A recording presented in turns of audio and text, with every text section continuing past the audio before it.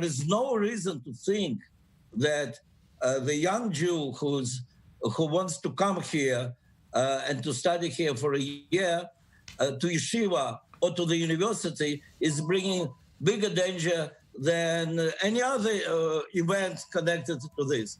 So, by the way, I have also to say that I heard in the last days that there are Israelis who cannot come to Israel. It's simply not true. Nobody can stop Israeli from coming. But there are relatives. But there are relatives of Israelis. There are Israelis who have parents who are not Israeli passport holders. For example, some of them from the Soviet Union, some of them from the former Soviet Union, some of them from other countries who cannot enter the country. You know, families who have been apart, couples, mixed couples who have been part. Corona. It was always the case that those who are not by law, who don't have automatical coming to Israel, have to be checked. There is another procedure. But there was always the case that the state of Israel is encouraging. By the way, it's only very partial the money of the state of Israel. It's mainly money of the Jewish people, that it encourages young people to come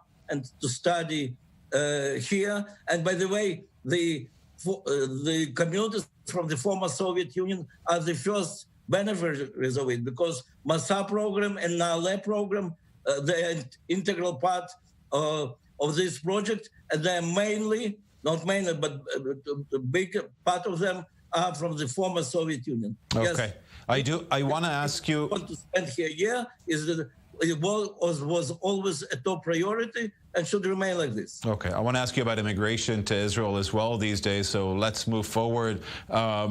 Such a grim economic crisis around the world. Tell us a little bit about the numbers or the applications for Jews who want to immigrate to Israel. We understand the numbers are on the rise amid COVID-19. Yeah, well, no, the number of those who physically came are smaller, but simply because exactly of this reason, that the opportunities for people to travel are much more restricted. And in fact, there was some instruction of the Minister of Interior to Jewish agency to stop opening the new files for candidates. Thanks God it was removed. And now the practice is as usual. People who want to make Aliyah, even not today, but tomorrow, can start the process. And from what I hear, and I want to remind you, I'm not now the chairman of Jewish Agency, but from all what I know from different communities, there is big increase in the candidates for making Aliyah. So I believe that the moment they will go back to normal life, we will have a huge increase of Olim from the former Soviet Union, from Latin America, and even from United States of America, which always was the hardest case for Aliyah. Tell us about the reasons for that increase as far as you see them. Is it the grim economic crisis that we're seeing in many countries? Is it the rise of anti-Semitism that might have to do as well with protectionist economies and the rise of nationalism in many places following COVID-19?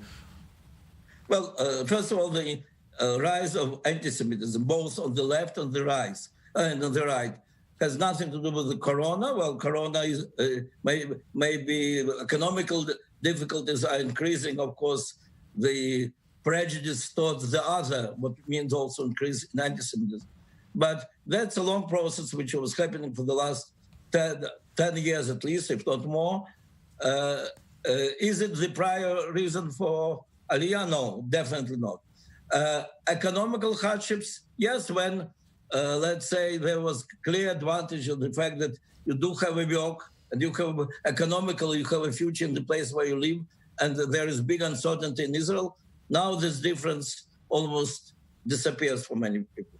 But I believe the main reason is that Corona, in some very strange way, to remind everybody about the importance of your home. Your home is your fortress, and people depend on their home, on their family, on the support of their community, on the support of their country. And the moment this feeling that you need a strong, supporting home and community, the moment it is strengthened, your desire to go to Israel also become strong. And I do see that's what's happening in Europe and Latin America in the last few months. Mr. Sharansky, before we part, I must ask you about events in Lebanon. What do you think Israel can or should do to help the people of Lebanon at this time? Well, we are always ready to give any humanitarian help to those who are near us and those who are far from us. The problem always was that some of our neighbors are not ready to accept this help. But here, Lebanon, unfortunately, is really a victim of terrorist organizations like Hezbollah, who are taking over control over the life there. And we have to resist. So the sooner the Lebanon government and Lebanon army will have a full control over the security and daily life in Lebanon, the sooner we will be able to move from our defensive measures to our opportunities to help the people of Lebanon. And definitely we can help and we should help. And I think we want to help.